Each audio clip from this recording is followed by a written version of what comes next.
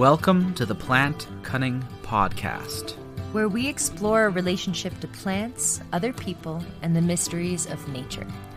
Coming to you from the high Allegheny Plateau in central New York. We are your hosts, A.C. Staubel and Isaac Hill. Okay, so it's episode 113 of the Plant Cunning Podcast, and we have herbalist Kate Gilday of Woodland Essence on the show.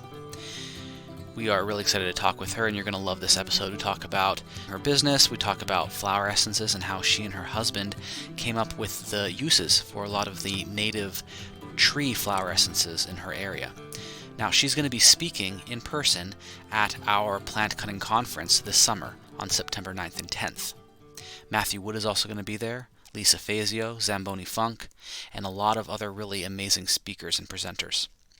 If you want to grab some early bird tickets, we're going to have them available starting next week, May 23rd. And to get the link for them, you're going to have to either follow us on Facebook or on Instagram. It's Plant Cunning on either of those platforms. Or sign up for our email list by emailing info@plantcunning.com. Okay, I hope you enjoy the episode. So today on the Plant Cunning Podcast, we are thrilled to have Kate Gilday from Woodland Essence, a herbalist that's pretty local to us, and you're also an Ayurvedic practitioner and a flower essence practitioner and clinical herbalist. So how are you doing today, Kate? Terrific. Really happy that it's spring and the flowers are starting to come up and shine, and the birds every morning waking up and hearing the bird song is just tremendous. Absolutely. So we do have a traditional first question on the podcast, and it's how did you come to the plant path? Wow, that's a really good question. So I'm going to take you way back in time. So I went to Boston College for nursing school back in the late 60s, early 70s. And at the time, what was happening was people were really looking at health and what health really meant, and allopathic medicine, and did it really meet our needs or not? And was there some other way? And there was a little publication called Prevention Magazine that came out of Rodale Press down in Pennsylvania. And I just thought, oh, prevention, how wise is that? Let's prevent illness. What can we do to prevent illness? So that was kind of the beginning part of my wonder. It was really a time of wonder for me. I finished 2 years at school, and then I had a daughter and my life changed. So what I did at that point was I became a house mom. I was home being a mom. And I had also done some different things. I did waitressing, I did childcare, I did daycare, lots of different things. I had another daughter 2 years later. During that time period, when I look back, I realized another piece of for me was during the beautiful months. I lived in Salem, Massachusetts, which is where I was born. And I would go over to the park and I would just sit with my one daughter and then both daughters and just them play around in the grass. And I began bringing a book over with colored pencils, and I just began drawing flowers and being curious about what flower was that and what's that leaf doing? And I just felt totally called. And I am not an artist by any stretch of the imagination, but there was something about paying attention, really being with whatever flower or plant I was with while the kids were snoozing. And it just brought me into this whole new world, one step at a time. Now, an addendum to that was that my mother loved gardening, and we were a very big family. She had very little time for herself, and where she spent it was in the garden with flowers. So that obviously settled someplace in my being as well. So the combination of that happened, plus my interest in helping people heal and maybe helping people be well enough that they didn't get sick, or if they did, it was more acute, not chronic. So all of that was sort of churning around. And my two daughters did not respond well to childhood immunizations. They both got sick pretty much after every immunization. So after about 4 or 5 pretty rough stories, I thought, all right, there's got to be another way. This is not working at all. And that's when I dove into herbs big time. However, there were only 3 books at the time. There was Back to Eden by Jethro Kloss. There was the Herb book by John Lust, and there was the book by Dr. Christopher. That's all there was. Until maybe 1975, when this little magazine came out from California, which I found in my local Erewhon store, which is where you would get organic grains and foods and things like that. And it was called Well-Being. And one of the main people in there was Rosemary Gladstar, and also Kathy Cavill and Christopher Hobbs and William Lassassiere. It was just a whole host of people that they were just names for me, but they were writing these articles and I was totally hooked. So I began studying all I could on my own, pretty much self-taught, along with whatever books came out. And then in 1985, so it was 10 years later, I met Susan Weed. And she came to our local area. At the time, I was living in Western Massachusetts. I had already had a small business called the Herb Field, where I was making oils and salves for moms and babies, because that was kind of my life at the time.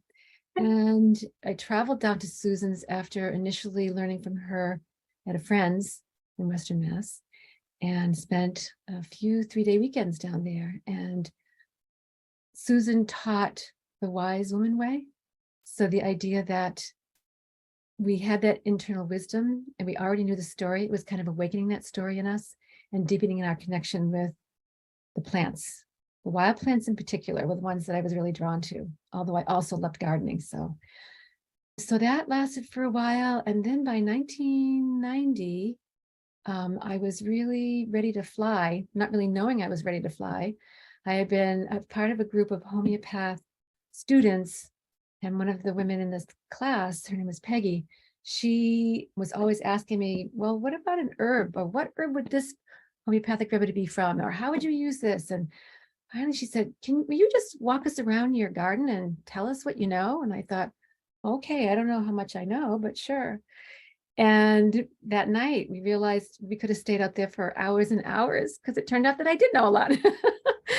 And a lot was from the plants themselves and from the wonderful questions people would ask. So I began having evening walks once a week, and that led to people asking how I could help them, which led to a small practice. And then I began teaching people who really wanted to put the time in. I did apprenticeships. So they were 8 weeks. So it was spring, summer, and fall apprenticeships. And I did that for a number of years as well. So of course, the more you learn, the more you share, the more you want to learn, the more you want to share. So it's kind of one of those wonderful loops that has happened. And then let's see what happened after that. Okay, so that was the herb field. Then we moved to a little hill town called Wendell, Massachusetts, outside of the Amherst area. And I was doing the same kinds of things there with other people, mostly women. It was mostly women that were in my groups. Occasionally a brave man would show up and be part of the teaching, which was really fun. But along that time also, I met a woman who worked with flower essences, and which I was very interested in and intrigued with, because I was recognizing that some herbs, the herbs that I knew well, that I felt comfortable sharing with people, would work for many people, but not for some, or it worked to a degree, but the same condition would come up, or a different condition would come up. And so this idea of, which several herbalists were onto at the time, several healers, probably practitioners of, homeopathy as well, was that there's a physical, how can I put this? At some point, what's in our souls, our spirits, our minds, our hearts, our experiences can develop into something that looks more like dis-ease, like an unease in our body. And so if we follow that line back, so we start with the what I would call kind of the final expression being in the physical body. If we can look back and like kind of look at the template of how did that rise? What are things that have been in discord in our lives? Or what stories do we hear as a child about ourselves that we've continued to believe? Where is that discord? How can we heal that? Is there a way that we can hook things back up where they've been broken or set aside, or are not working in a way that brings forth our own light? Where is our light hidden? How can we reach those? And I really felt like flower essences were possible. So I began taking them for myself and had some pretty wonderful experiences. And then I remember my father, he had some problems, especially with his liver. And I thought, well, we were giving him some tinctures. He loved skullcap. Skullcap was really great for him. put in his coffee every morning, which I thought was great. Anyway, I said, so are you willing to work with a flower essence? Do you think that might help you? And he was just, I'll try anything. So I can't remember the flower essence that I gave him, but I gave him something where he wanted to understand what it was going to do. And of course, anybody would want to know that, So I said, well, if you think about it, and I remember him always speaking very highly of the gentleman who spoke about the stars back then, Carl Sagan, and watched all the productions that were done with Carl speaking. So I said, well, if you can think about it this way, like, we're all kind of stardust, we all kind of come from the same place, and so do the plants and everything that's here. And so sometimes if there's a discord, then a plant or a flower or this kind of essence that I'm talking about can sometimes make that connection and heal that connection so things are running more smoothly. So he was like, oh, that's kind of like if you are running electricity and the wires break, then you have to put them back together again and the electricity is flowing again. I was like, brilliant. Yes, that's it. So on a very practical level. And at that point, I began using them with my family and my neighbors and my friends and my community, and people loved them. And I found that in my practice for many years, people would often leave with a formula or a tea, some recommendations, or maybe physical therapy or whatever, and a flower essence. And I would hear back from them in 3 or 4 weeks. They would come back and they said, well, the tincture was good. I kind of forgot to take it most of the time. The tea I liked, but I forget to make it in the morning. I want another one of those little bottles though. That's what I really Really? Yeah. So it was just like, oh my gosh. So flower essences became a very important part of my practice. And still, I no longer have an active practice because Woodland Essence takes pretty much all my time. But I still have maybe a dozen people that I have worked with over the years that, they call once a month for their new flower essence. And the work that these people have done, and some have had very, very difficult traumas in their life, but they step by step, like peeling an onion or stepping forward through a new trail, they do it bravely, and they are in incredibly, what I would call more uplifted, light, understanding places of self-love. Yeah. Time goes on. So amazing. Yeah, I mean, it makes a lot of sense from like esoteric philosophy, descending planes, like this, things move down from the spiritual plane into like the astral and etheric and into the physical. Physical is kind of like the final effect, as you were saying. And yeah, it makes sense if you're tweaking things up here, it's going to have downstream effects. Yeah, it's a nice way of looking at it. That's right. Yeah, inner, outer, upper, down into us. Yeah. Yeah. It's amazing because we're not just physical beings, of course. Right. We have so many aspects. And also that discord has to do with ourselves and nature as well. And the longer I've been working with plants, and more recently over the last 20 years, trees, the forests, it's like, yes, we are home. We just have to remember we're home. And what does home look like? And how do we take care of our home? And how are we fed by our home? And who lives in our home? And we're not really the bosses. I mean, we think we are as human beings, but not so much. Right. We like to think we're all powerful. Right. I know. Feeds into our image. Yeah, it's very true. It's so true. So we landed here. Let me see. Yeah. When did you come to Central New York? We came, my husband, where we lived in Central Mass, in this beautiful little hill town, it was the perfect place to raise our children. Perfect place. You hear that story of it takes a community to raise a child. That's what we had. We were so fortunate, and my children had incredible friends, and really basically all the parents took care of all the kids. But we were right in the center of town. Now it's the kind of town that don't blink, you're going to go through it. So it was the main street, but it was pretty quiet most of the time. Beautiful farmland, people of all ages living around. The elders were still there. It was very beautiful. Still horses were pulling plows at some point too, and then tractors. So my kids, it was kind of a farming community in a state forest. So it had kind of a little bit of this and a little bit of that. When they had grown, let me see, my son was 10 years old. When my husband got involved with a group of people who were very involved in the old growth forest. A gentleman whose name is Bob Leverett, who lives in the Springfield, Massachusetts area, began taking a number of us out into the woods, Western Massachusetts, Mohawk State Park. We saw some of the old growth pines that were like incredible. I think the oldest, tallest pine is said to be in that Mohawk State Forest. And we met Mohawk people, and we were invited to come out here to where we live now on Teacup Street in Colebrook. That's the name of our street, by a gentleman who was Mohawk. And we actually purchased some of his land that he had. So what we thought was going to happen was we were going to join forces with, us whiteys and native, come together with the teachings that we both had to share. But things, life always has another idea for you. So other things happened. People had problems, health problems. Center never happened. We stayed here. We developed a center. The folks that we connected with, several things happened in their families. They wound up moving away. So it was an interesting, not easy 10 years. However, that being said, I felt like the gift that was given to us is, for me personally, was that I had left what I would call a people community where I was known and was held and held other people. It was just a people community. And I moved to a forest community. And so I became, Wow. Yeah. I know. So a part of me really came alive that, that was sort of looking for that without my knowing it. I grew up in suburbia. I grew up, north of Boston. And then we came to central Massachusetts, or, central western near the Connecticut River.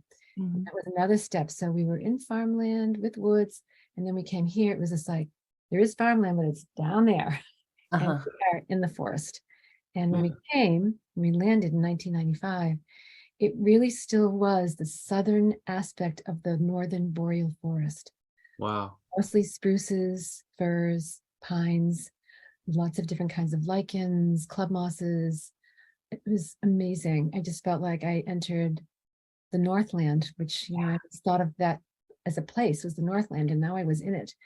So, and our nearest neighbors about a mile away was what that was at that time. Things have changed, of course, things change. So, and the other thing that's changed over the last, we've been here for 28 years now, so is the forest itself. So we've seen the effects of climate change here, we started seeing about 15 years ago. So when we first landed here, our winters were, minus 30, 35 degrees for, a week at a time, a few times in the winter. We don't really see that. And that kind of cold really is a way of cleansing. Yes. Yeah. Which is pretty powerful.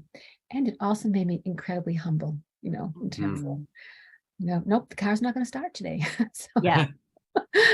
and we've lived off grid since we've been here. So we started with just a small solar unit, and then we have a pretty amazing solar. Yeah, it's not really a farm, but it's a solar area that we have, which is really helpful.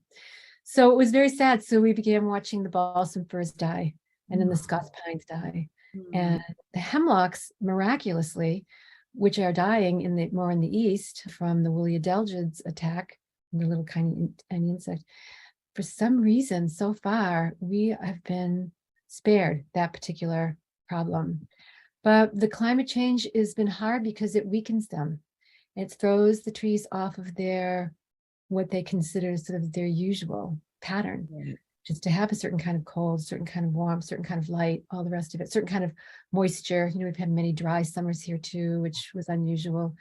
And so, but I have to say, and I love that we're talking today, because we had talked last year, I'd have maybe a different slant on this, but my awareness of the young ones who are coming up.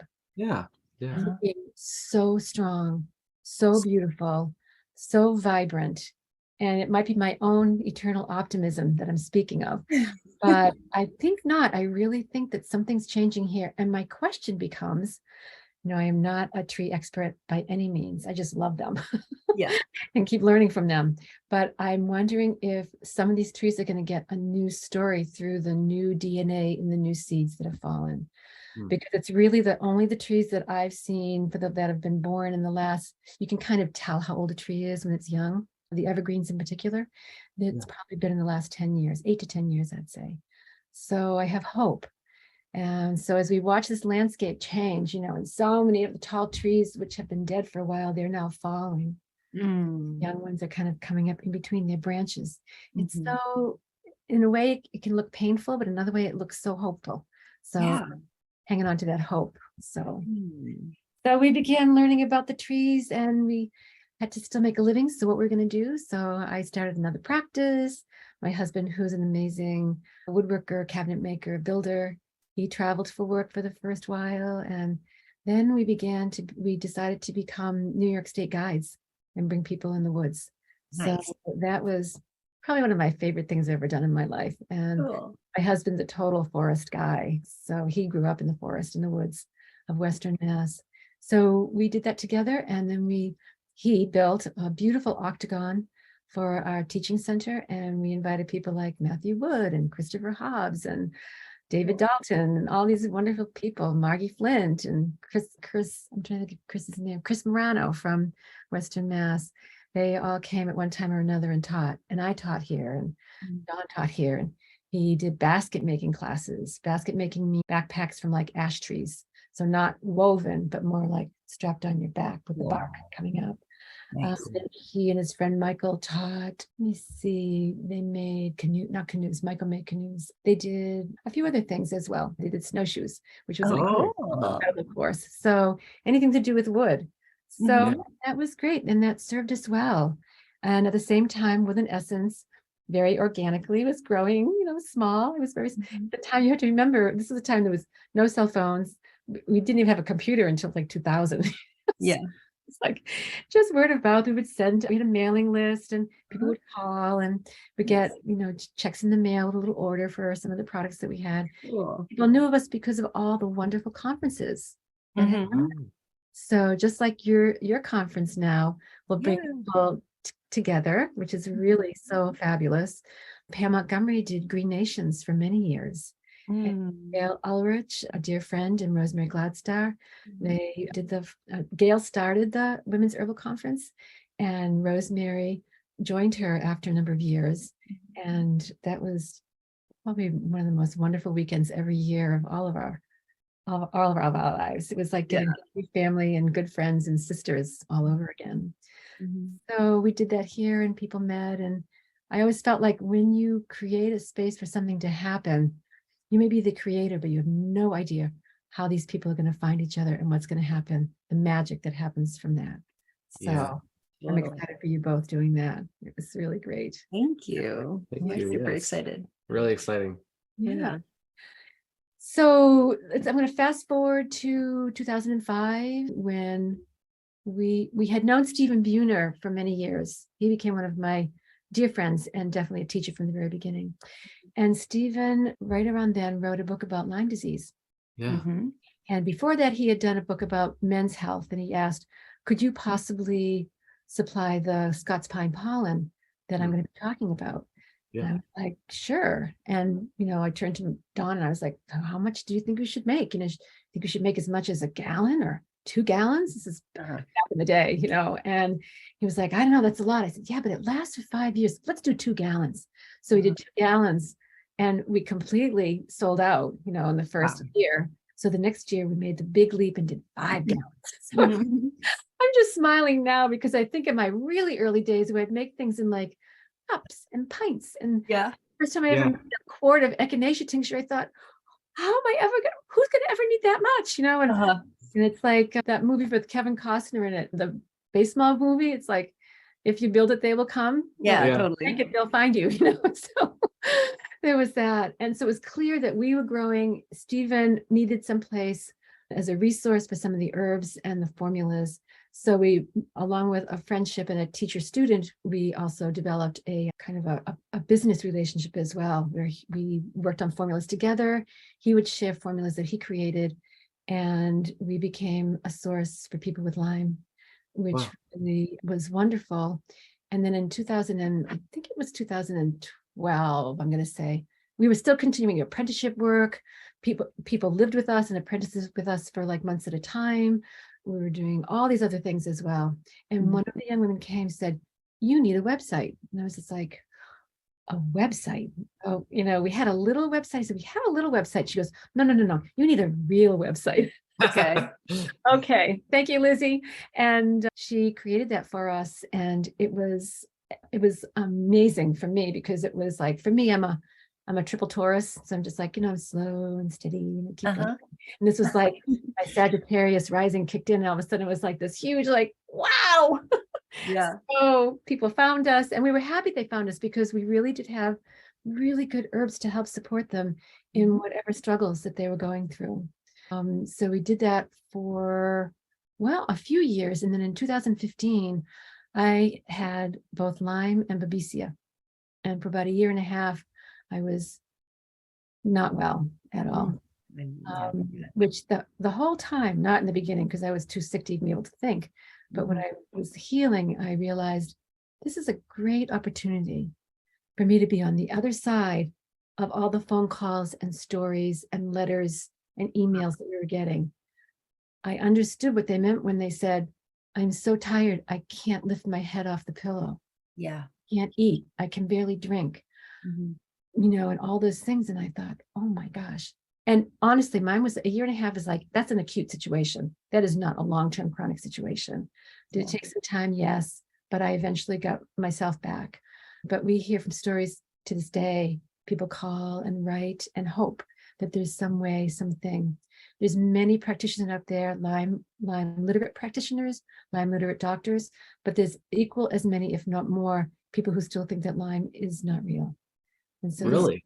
the stories that these people tell us, it's so sad. And you have people wind up having to advocate for themselves. There's a number of wonderful Lyme sites now. I think one is called LymeDisease.org. You can just type in Lyme and all those wonderful organizations will pop up. There's a lot more support now than there was 20 years ago. Yeah. So that's helpful. So I continue to develop programs, products rather, and formulas for people who need it. And now we do glycerites for folks, for children, and for people who can't handle alcohol. Yeah. So, and in hearing that this summer it's supposed to be quite an outstandingly not great summer for people with both Lyme, and also the ticks population is going to be supposedly very, very healthy this next year. And some of the co-infections will be really drastically affecting people. We're already seeing, we don't see too many ticks where we are here, but we're already getting calls from people where the ticks are plentiful. And what I try to tell people is, yes, you have a tick. Yes, there are places that you can send it for testing. Yes, there are doctors that are literate, but it takes a lot of legwork for people to find that. So we're working on that as well, trying to find clinics for people, ways that they can go to places. Like there's some states that have free testing for the ticks, but there's others that you have to pay, and not everybody can afford to pay to have their every tick tested. New York State had a great program out in Syracuse, the Syracuse University, and they ran out of funding, so they can't do it right now. So they're just hoping that more funding will come in. But what a good service. And they found that during the time that they were testing the ticks, more than between 45 and 47% of the ticks were infected with one or another of the infections. That could have been passed on to the person. So it was a great program, and I hope it comes up again. But meanwhile, for people to realize that there are ways that you can be helped, you can be supported.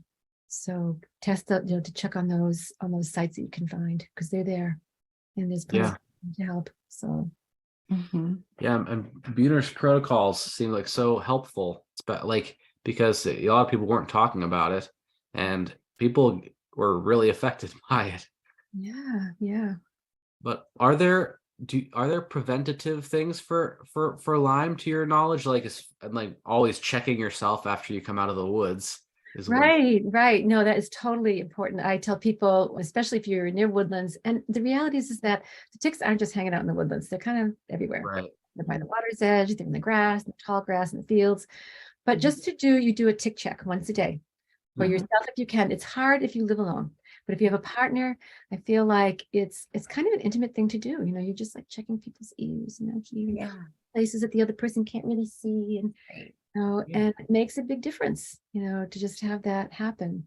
But the other thing is that there's a product that people can use. We get calls all the time for, is there a particular herbal spray that we can use? And there's many different companies that have many different sprays. And I think as long as it has geranium in it, it's definitely going to be supportive. But we have gone to the cedar side. Have you? Cedar. Okay. It's called Cedar Side, CEDARCIDE. Okay. And the cedar side used to be just for and kind of any insects, but now they've fine-tuned it. And the cedar, of course, natural. They fine-tuned it to actually be, I think they call it tick shield. So that you can use that if you want. It's not a bad idea. So those are the best ways, the only ways that I really know, and just to be aware. But as soon as you get a tick, to actually take any of your any favorite herbal antibiotic that you have. I saw your spray too. That's like an after bite spray for insect bites. So that's like a topical spray. Yeah, and so that is for, so the after bite is for after you've been bit, you take the tick off as best as you can with either fine tweezers, or there's a number of little, I think they call it the tick tornado, a little appliance that you can get the tick off.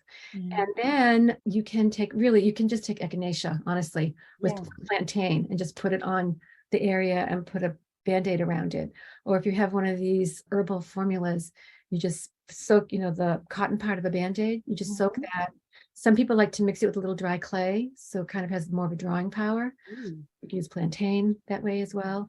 And just put it on and leave it on and change it once or twice a day for like 3 days. And it's a very helpful thing to do. So the echinacea is going to be the antiviral, and the plantain draws it out. Yeah. Right. That's right. And that's kind of like when you're waiting to find out, well, did I get an infection or did not? People should also know that it's turned out now only between 9 and 10% of all cases actually get the rash. Right. Oh. And many doctors will still say, if you don't have the rash, you don't have Lyme. I know. True story. Yes, it's crazy. Yeah. Oh my gosh. Yeah. That's and they want to send people to psychiatrists. I mean, it's really, I'm not going to get on my pulpit right now, but it's really something that we should be paying attention to. And as herbalists, we do have things that can help people. So there's another thing that you hear. It's that if you get the tick off within 24 or 48 hours, then you're good. No. Okay. If the tick has attached itself, you don't know if it's, because what happens is when the tick attaches, it might take a minute or 10 minutes or whatever if he or she is like lazy or not doing anything. But as soon as it makes contact beneath your skin, beneath the epithelium, and goes into where there's blood cells, what it does is it releases whatever it has in its saliva into your blood. So even when you're taking it out, it's going to go, it's tricky. It's so tricky to be able to get these off without anything really happening. So that's why if people just know plantain and can just chew a little plantain, stick it on with a Band-Aid, I would say that's a really good first step, and then deal with the rest of it as you can. So to have, and actually it's so funny because I know you were asking me if there's anything I want to talk about happening right now with Woodland and what we're excited about. So we just put together a little tick kit. Awesome. And it's so interesting because there's a lot of things I can't say, not even here, because of the FDA, because I have a company that sells products. So I can show you the product. I can't tell you what it's used for. Exactly. We won't go into that story right now, but that's so annoying. But yeah, so the tick kit comes with a little paper. It's like two-sided now because there was a lot of information, and it tells you you can send your tick for testing. That's so cool. What you should do. I'll just send you a document, email document. And anybody who wants it here will somehow figure out how to make it available through Woodland Essence, because we really don't say anything on that paper about what anything can do. So we have a fabulous quality assurance person here who in her past worked for another company and was kind of the in-between person between that company and the FDA. So we're really getting all the paperwork that we need to. Oh yeah, she's great. She's amazing. She's an angel, because it's not something I could do myself. So I have her read everything to make sure it's all okay. And then, so we have that if people want that information, and happy to send it to them. Yeah. If you email it to us, then folks can reach out to us through our email. Yeah. Or we can post it in the description. Yeah. That's great. So that's what's happening. The other thing that's happening here, just for all you other herbalists out there who are trying to grow herbs where there's deer. Hello. Yeah, I know. You emailed us and you said that the deer ate all of your aconite. Last year. I The deer can't ate believe it. everything. The deer ate everything. Uh-huh. Nothing was spared. Not one thing was spared last year. Oh my There was not gosh. one thing that was deer resistant. Brutal. You can't have an herb business if the deer are eating all your herbs. So Mhm. last year we kind of squeaked by, and we actually had to call on a few other companies that, had fresh product that didn't have deer around them. I realized we live in the forest. This is where the deer live. We are in deer country, bear country, well, not wolf country, but coyote country. This is their land. We happen to be living here. So I want to honor that, but I also want to grow my plants. So this year, my husband, bless his heart, and a couple of other people are building us super fences around the plants that we cannot lose. And then I have to sort of let go of the things that are outside the fence. Yeah. I don't want to wreak war on the wildlife. It's more like I'm appreciative. But I have to say, for the first 10 years we were here, we never had deer problem. But there's too many deer. Right. Yeah. One. Number two, where we live, deer basically have about a square mile is their home territory. Okay. And that's not very big. Yeah. And we do have fields down the way. Their territory might be a little bit bigger than that. Maybe that's a fact from a long time ago, because I've seen the same deer a mile away. But they prefer, or what's better for them is if they have some place where there's open land where they can forage, whether it's the cornfields or hay fields, straw, whatever. And that's not here. The only thing that is their little paradise picnic place is Woodland Essence. So. Yeah. It's your garden, yeah. But I think that these beautiful fences they're creating are going to really do the trick. So then I can be at peace with my relationship and still have, they'll be like sanctuaries inside these fences. Yeah. Really wild. That's awesome. Yeah. I'm happy for you. Yeah. Thank you. Thank you. Yeah. It's good to have. We have a lot of Amish neighbors, and not just the Amish neighbors, but all of our neighbors take a lot of deer every year. I mean, I do. I'm getting into hunting, but that's great around here too. Yeah. I bow to that. When I first came, and I was still kind of a city girl, and I was not sure, but I realized these people are feeding their families. Right. Exactly. They're not only their immediate family, but their extended family as well. Yeah. Uncles who are too old, who are people who can't get food in their own, they're filling freezers. And I think, God bless them. So for the deer who do still stick around, we can get what's called a nuisance license, but I'm trying to avoid that. Yeah. Yeah. Yeah. We also have a lot more fields around here. A lot more fields. Good. And our dog is pretty obsessed. Oh, that's great. Mine hands out invitations. So. Oh yeah. Goes around to the forest like, oh, we got some new flowers up. Yeah. She watches them. They watch her. They're like, oh, okay. Really? She's a golden retriever. She loves everybody. Yeah, totally. And she kind of matches the deer, the golden vibe. It's true. That's really true. Yeah. That's so the last thing that I can think of that I'd really like to talk about for a minute, because I'm become so passionate about the forest and about the woodlands and about us learning more about what is there.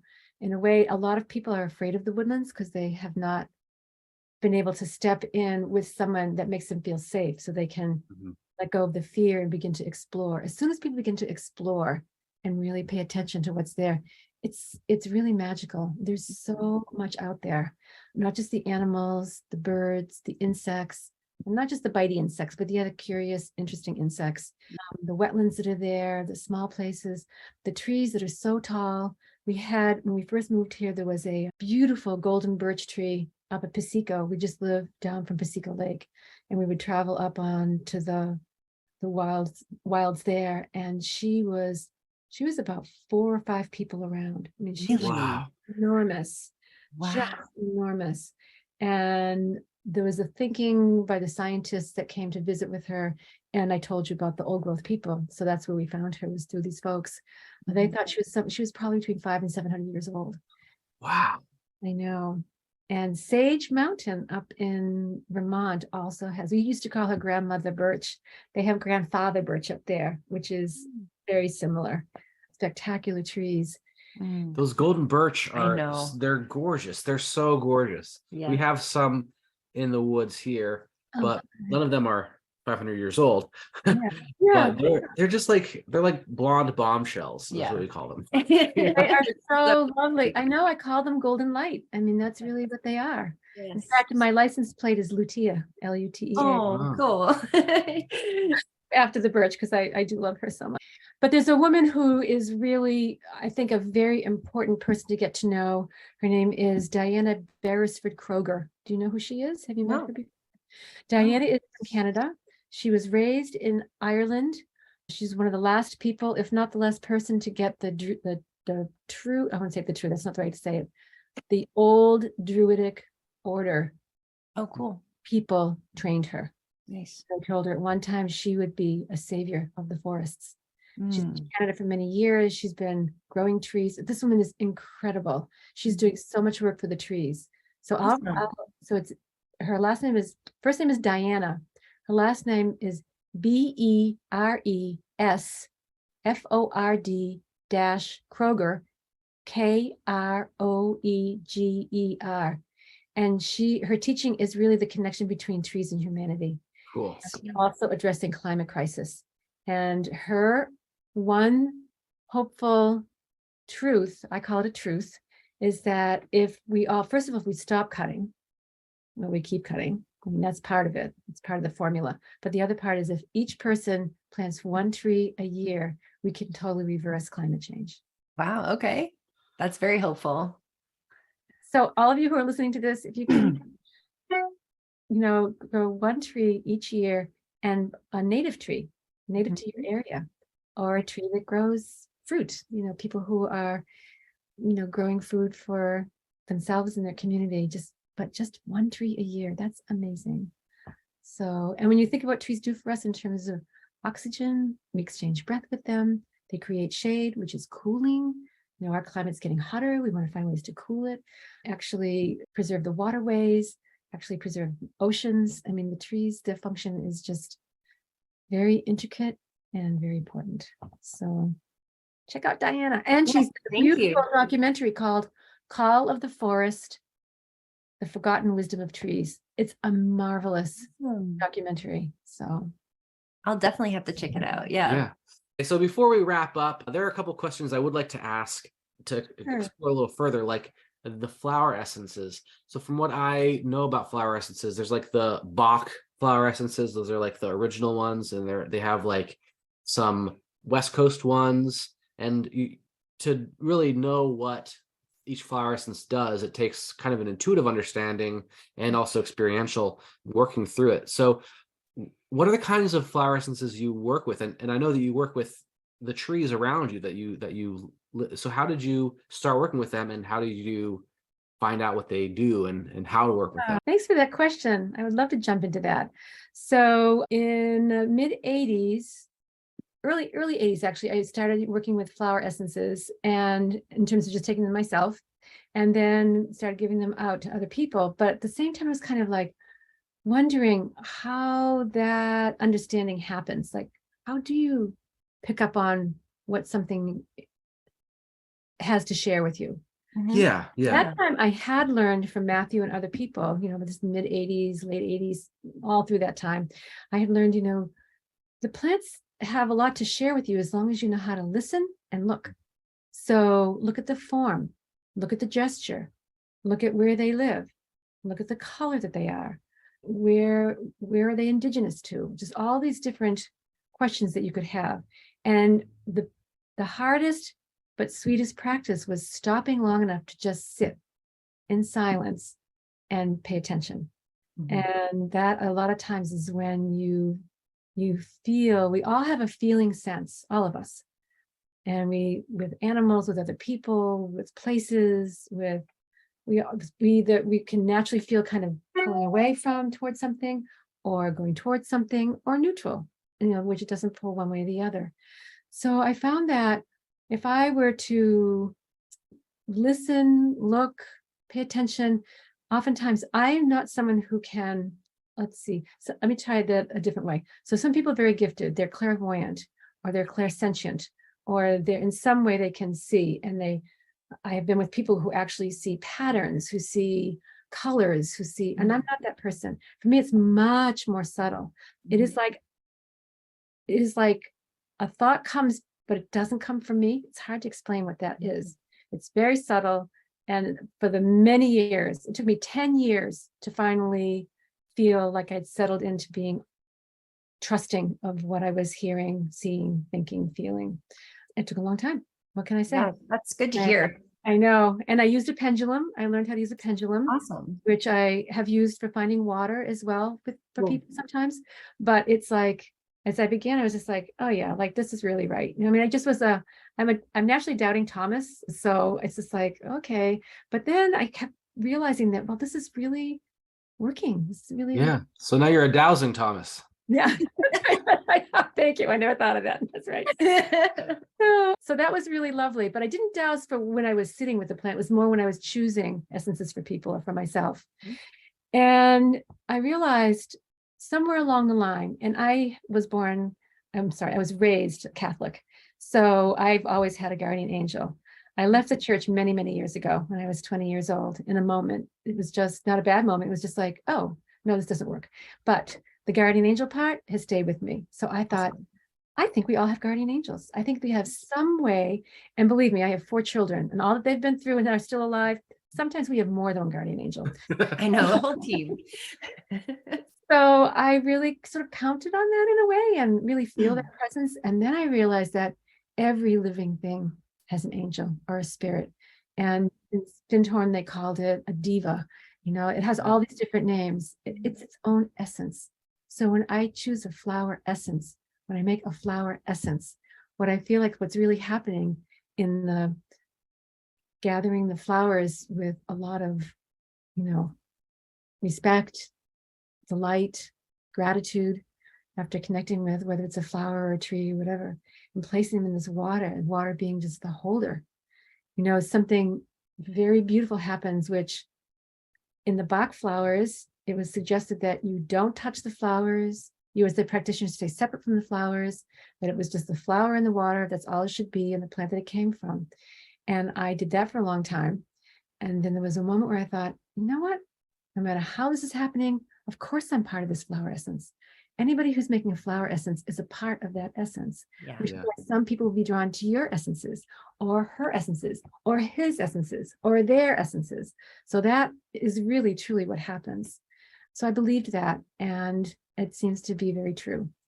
So what are of the trees that grow around you? What are the ones that are your favorite to work with?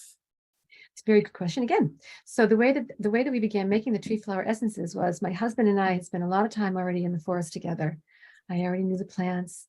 We've been sitting with trees, just to sit with them because they're just such good friends. And then one night we had a shared dream. We woke up in the morning. It was very powerful. I remember it was just before spring opened, because the first flower essence we made, which was Quaking Aspen, which back in Wendell, Massachusetts, in the hill town, was the first tree to flower, kind of along the same time as Pussy Willow, because they're all the same. And we woke up in the morning, and I was kind of jolted awake, and I turned to him and I was like, I had this most amazing dream. And he said, was it about the trees? And I said, it was about the tree flowers. He said, and we're supposed to go get them. I was like, oh my God. It was amazing. And we kind of looked at each other, and I felt like neither of us really had time to do that, but we felt so drawn and so called that we stepped into the asking and thought, what the heck? So we began making flower essences, some together, some he made, some I made. In the end, we made quite a few of the trees, and then the shrubs, and then the forest floor flowers also. So that all of them. And part of that came from some thinking that I had been doing for a few years before that moment, which was, it's great that Bach made these flower essences. These plants come from the UK. Right. Many of us came from the UK, or Ireland or Europe or whatever. But what about our trees? Because he did a lot of trees. I said, what about the trees that are here? And a few of them are the same. Quaking Aspen is one, larch is another. But what about what I believed was that the best medicine was out our front door, our back door, or our woodlands. How would that work? So it was interesting. So we made all these essences, and in the end, there were a number of essences. There were 18 trees that came forward, but 9 sort of stepped forward. Okay. So we realized these are trees we use and work with and sit with and lie with and gather from all the time. Yeah. So it seemed like an aha moment, like, oh, they know us, we know them, and here we are together. Next set of 9, we had some experience with, but it didn't really want to be born for another few years until we had done the legwork and sitting. And that's how the shrubs, and so that's how it all happened. And I decided not to get too wild. I mean, there's some companies that have like hundreds and hundreds of flower essences, and I think that's great. But again, in my Taurian way, it's like, we have the set. This is really good. These really work. And right now, I'm so grateful because when we made these, this is back in 1989, 1990, 1991, those early years, late 80s, early 90s. And at the time, most of us weren't really aware of big changes that were happening. I mean, we were more aware of what we should be doing and doing well, organically, collectively, sustainably. But almost every essence let us know that there was going to be a time that these essences would be really needed. And I would say right now, with the degree of anxiety that is in our, well, probably globally, consciousness, yeah, that the flower essences can make a real difference for people. And if I could choose 3 flower essences right now, tree essences in particular, I would choose quaking aspen, which helps us start a new path. The quaking aspens themselves are very fearless. They step into new land and they grow in community. Yeah. They grow wide and they shake their leaves, so to show us that, like, there's, there might be something to be shaky about, but, we're here, and, this tree can really support you. And I've found that I've been using that essence now for 30 something years at least, and people love it. It's very helpful. The second tree is red cedar for feeling courage, really grounds us. So there's another, it's a different kind of fearlessness. The quaking aspen is like, okay, I can get started. The red cedar is like, I take my stand. Stability, groundedness, and I'm going to be here for you. There's 2 that are in third place. One is linden, because we have a native linden, which is called basswood. Yeah, American basswood. Yeah, so great. So that one also is just like, helps relieve the mental stress, the mental, where we keep it all here going around and around, just kind of like, and it's the only evergreen that actually loses its needles. So it's not a true evergreen. Basswood? I'm sorry. Larch. That's wrong. Let me go back to basswood. No, the linden. So the linden has those flowers that are busy with the bees.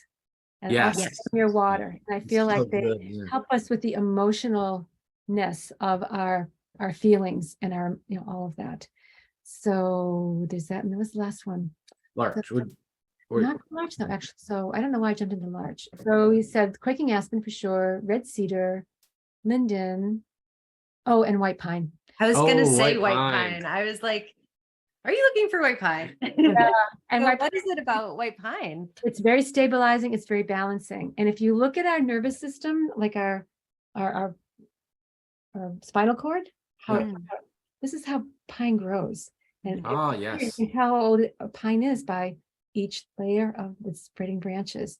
It's soft. Yeah. It sings. Yeah. It helps us in so many ways.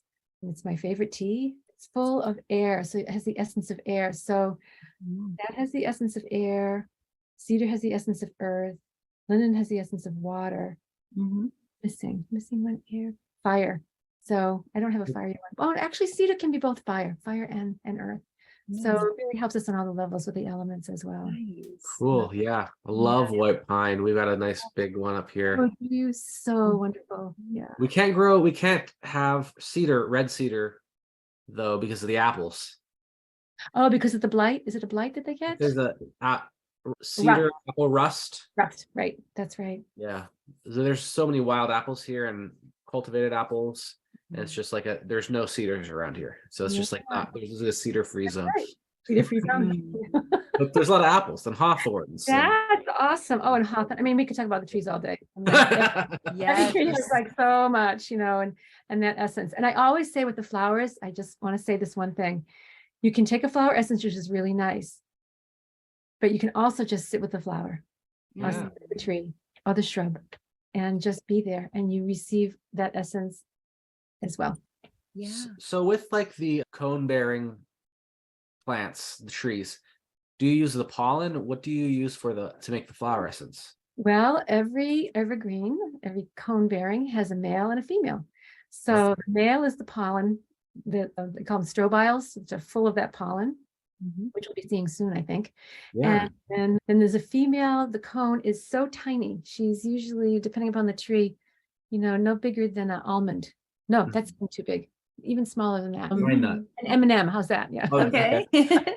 Yeah. And they're usually the females are high up, so you don't see them. Yeah. Because what happens is the pollen in the breeze settles down, wafts up with the air, and comes down on the female cones. And the female cones are upright to begin with. And once they're fertilized, they close, they hang down. Okay. So they're smarties. Yeah. They're out there. And most of them usually have this incredible, it's hard to explain this color red. It's like reddish, pinkish, purplish. It's just oh, so gorgeous. I feel like spring has that in many ways, in many of the plants. And I feel like it's the mother's birth blood, So you use the female flowers? Female flowers and the male as well. Yeah. Okay. Use both. Yeah. Cool. Yeah. We always pray to find a place where there's either a hill near a tree or my son, when he was younger, he was our total tree guy. He would just climb up like a monkey and then bring it down or nice. That's great to have. It's fun. Yeah, that was fun. But that's a good question. So, and I feel like I have a lifetime more to study more about the trees and learn more about them. And I encourage anybody who has trees nearby, whether it's in your backyard or whether it's in a nearby park or whether you visit a sanctuary or another botanical garden, wherever your trees are, to take some time and get to know them. Absolutely. A lot for us. Yeah. I'm definitely inspired to just go out into the woods today. Yeah. It's a good day to go out in the woods. Good. That's good. Every day is fun. As a final question, you've been involved in the herbal community for so many years now. Are there any changes that you've seen over the years that you think are, interesting, or are there any things that you're looking forward to or that are emerging in the herbal community that you're excited about? Again, a very good question, because I had nobody around me until I found the Little Wellbeing magazine and then met Susan Weed and had new Herb Sisters. But yes, it was very slow back then. And then it started picking up. I found that, or if I think back to it, there was a time I call it the sweet spot, when enough people understood about it. You could have a conversation. They didn't think you were out of your mind. They weren't ready to but they were ready to embrace what you had to share. And that was really lovely. But then what happened was, as all things do, when it got to be a kind of a certain size, then people had businesses, and then all of a sudden there were these other rules and regulations that the business world wanted to really put on us. Right. And the question became, and the bigger question was, do you want to go with the science of herbalism? Do you want to go with the sort of the magic, traditional folkloric part? And you almost felt like you had to, you could make a choice. I'm going to say you didn't feel like you had to make a choice, but you could make a choice at the time. Right. And other people chose to kind of weave both together because there's something of value in both.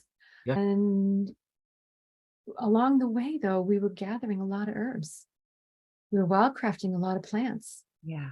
And a lot of the plants that we wanted, the places we used to gather them, were now housing areas or extensions of towns or shopping malls or mall. Yeah, all those things were happening. It was very real.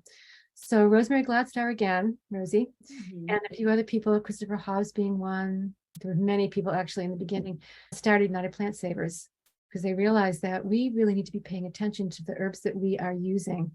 Down in the Appalachian area, people have been singing for a long time, gathering ginseng. but there's a point, and some of them, the old timers really knew how to sang. You know, Yeah. they would and get the seeds, and they knew how to process them and make sure they get back into the ground for more ginseng to grow. Newer people, younger people who only had maybe a weekend class or just had read about it or heard about how much money they could make. And that's not just what that was, black cohosh, Yeah. red trillium, blue, I mean, just many, many of these woodland treasures were highly sought after and were worth a lot of money, and sadly were gathered by the thousands and 10,000s of pounds. Wow. So we had to really look at that, and many of us did, and started growing the herbs that we were going to use in our gardens and create shade gardens where some of these plants would really grow. Golden seal, blue cohosh, black cohosh, some of the ones that we would use. Golden seal in particular is Yeah. one that anybody can grow as long as Yeah. you have a shady area. It seems to delight in being planted and then just kind of spreading. Mhm. And it, you know, where it had been gathered too much because it was honestly used too often in too many formulas where it didn't need to be. Yeah.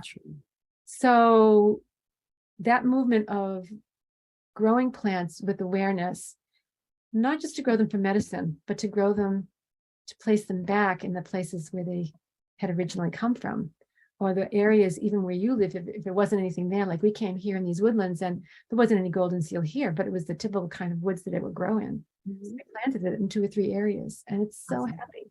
Yay. So, and some of the areas we'll never gather from, but we'll, you know, appreciate and continue to kind of go in and take new babies out and plant them someplace else. So there's that idea, and I feel like if we have a good continuum, it's that idea of sustainability, yes, but also reciprocity. It's that Yeah. relationship we have with the plants. It's like, you share with me, what can I share with you? And whenever I sit with the plant, that's one of the first questions I ask. Thank you for inviting me over to sit with you. What is it that I can share with you? And what is it, how can we have a friendship, a relationship? So as long as we're learning those relationships, it's going to stay healthy. Yeah. That idea, Pam's work with nature evolutionaries, Mars's work with bringing people in, many people, Robin Wall Kimmerer, with her writings, we're beginning to recognize this is our family. This is our kin. I love that she uses the word kin. Yeah. Yeah. Each plant or tree or flower. When we recognize everything as our kin, we want to take care of it more. So that's happening, which I'm very excited for some of the people with voices who are writing these incredible books, you know, for us to read and pass on to other people, and, you know, share their vision, share their understanding, share their aha moments. It's just so great. And I have to say, this generation, your generation, I'm very excited you're here, because we're not going to be here forever. And now I feel like the elders for the last few years are really being honored, you know, for the wisdom, for the craft, for the time, for the sharing, for the mistakes, for the aha moments, for all that we've made and pass on, for this to continue. Because remember, years ago, we all used to say a prayer at the end of our gathering together. This was the herb sisters that came together. And it was that one day there would be an herbalist in every community. Yeah. It's happening. I just think what's important is that as people study, they study in the right way with the right people who are sending the right message. Yeah. Realizing that it's a lifelong study. Yeah. So Can't stop, won't stop. Gotta keep learning. I know it's true. So new farmers, for those of us who have been working for a while with plants and having to reach out to other people, we actually started two young women that we know. One is more local, one is a little further up north. We asked if they would consider growing for us. So they are now herb farmers doing really well. Awesome. And we pay a lot because we feel like we want to pay the people who are doing the work that we can't do because we don't have a big enough space, and the deer are eating everything. And and you know, that respect, that honor, and that reciprocity again. So that's happening more and more. And there's new farms that are coming up, and they're still learning. They're admitting that, and they're also sharing what they are learning. So it's the importance of creating a larger web of community where people are truly in connecting with one another about how can we, all those questions that come up, how can we do this wisely, sustainably, nourishing one another at the same time. And a book that I think every herbalist should have on her shelf and his shelf is the book that's by Anne Armbrecht, The Business of Botanicals, Exploring the Promise of Plant Medicines in a Global Industry. And she is trying to weave people internationally so we all are on the same page. Awesome. And she just did an incredible program yesterday, a 4-hour conference. She's a part of the Herb Research Foundation, and her is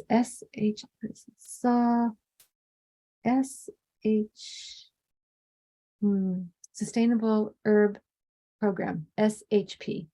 Cool. You go to Herb Research Foundation or Anne Armbrecht, and or her book. You can just type in, the business of botanicals, and you'll get a lot of information.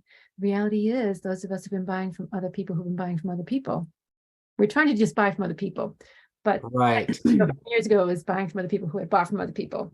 We became aware. Anne's book opened my eyes hugely, and the fact that many of the herbs are coming from Eastern Europe, and the median age of the people harvesting was 70.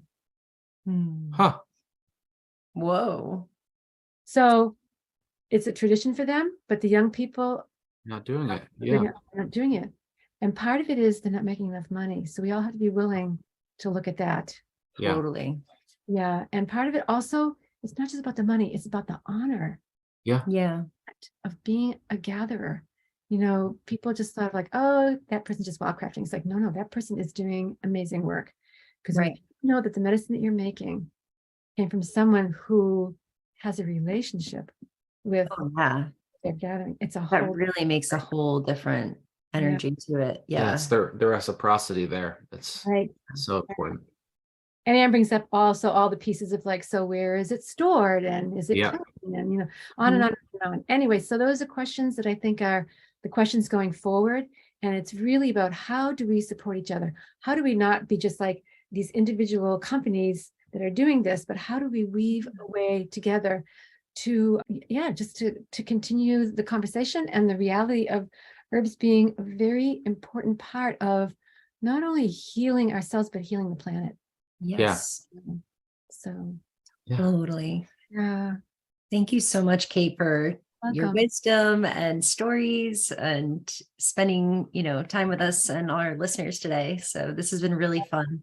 I'm so really happy to be here. Thank you. I'm really looking forward to the Plant Cutting Conference this September and learning from you directly more about plant essences. That's so great. We should say one thing. So I am Yes. teaching. Yes. I have a weekend in New Hampshire with Nancy Phillips at Heart Song Herb, Awesome. and I'll be doing August 4th through 6th. It's really a training on how to work Flower with essence.